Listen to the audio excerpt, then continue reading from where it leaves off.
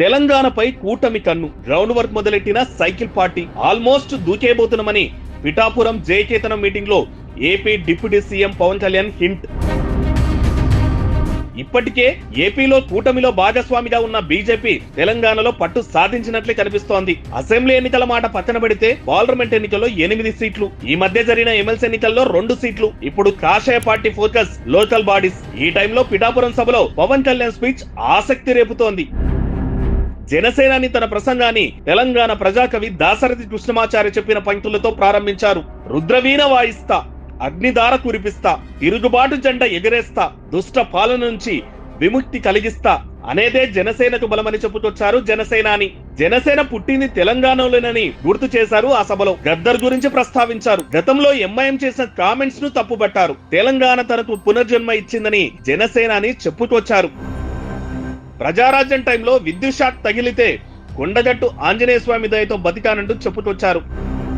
తెలంగాణతో ఉన్న బంధాన్ని, అనుబంధాన్ని గుర్తు చేసుకున్నారు. ఇదంతా తెలంగాణలో పార్టీ విస్తరణ కోసమైననే సంకేతాలు ఇచ్చారనే మాట ఇప్పుడు పొలిటికల్ సర్కిల్లో వినిపిస్తోంది.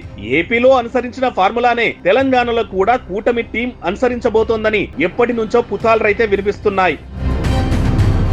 ఇప్పటికే టీడీపీ సైలెంట్ గా వర్క్ స్టార్ట్ చేసుకుందని టాక్. ఆ పార్టీ స్ట్రాటజీ టీంలు టీడీపీ సానుభూతి పరుల్ని, పాత నేతల్ని ఐడెంటిఫై చేసే పనిలో బిజీగా ఉందట. అధికార కాంగ్రెస్, బీఆర్ఎస్ పార్టీలోని పాత టీడీపీ నేతలపై గాలం వేసేందుకు ప్రయత్నిస్తోందట. ఇప్పుడు జనసేనాని కూడా ఆ స్పీచ్ తో క్లియర్ సిగ్నల్ ఇచ్చారనే మాటలు వినిపిస్తున్నాయి. ఈ నేపథ్యంలోనే ఇంకొన్ని రోజుల్లో ఏపీలో విజయం సాధించిన కూటమి తెలంగాణలో చూడబోతున్నామనే వాదన బలపడుతోంది. స్థానిక సంస్థల ఎన్నికల నాటికే తెలంగాణలోకి ఎంట్రీ ఇవ్వాలని చూస్తున్నారనే టాక్ వినిపిస్తోంది.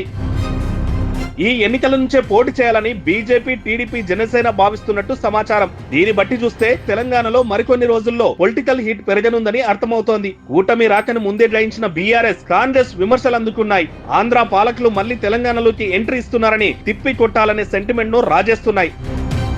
ఈ మధ్య పార్టీ నేతలతో జరిగిన సమావేశంలో కేసీఆర్ చంద్రబాబుపై ఇలాంటి విమర్శలే చేశారు. అయితే జనసేన, ముఖ్యంగా టీడీపీ తెలంగాణ ఎంట్రీ జరిగితే మాత్రం కేసీఆర్ నెత్తిన పాలు పోసినట్లేనన్న మాటలు అప్పుడే ఊపందుకున్నాయి. కూటమితో జతకడితే మాత్రం ఇక బీజేపీకి సంకట స్థితేనన్న మాట వినిపిస్తోంది. కమల వికాసం కాస్త వికారమైనట్లేనని బీజేపీ నేతలే మల్లగుల్లాలు పడుతున్నారట. చూడాలి మరి ఏం జరగబోతుందో.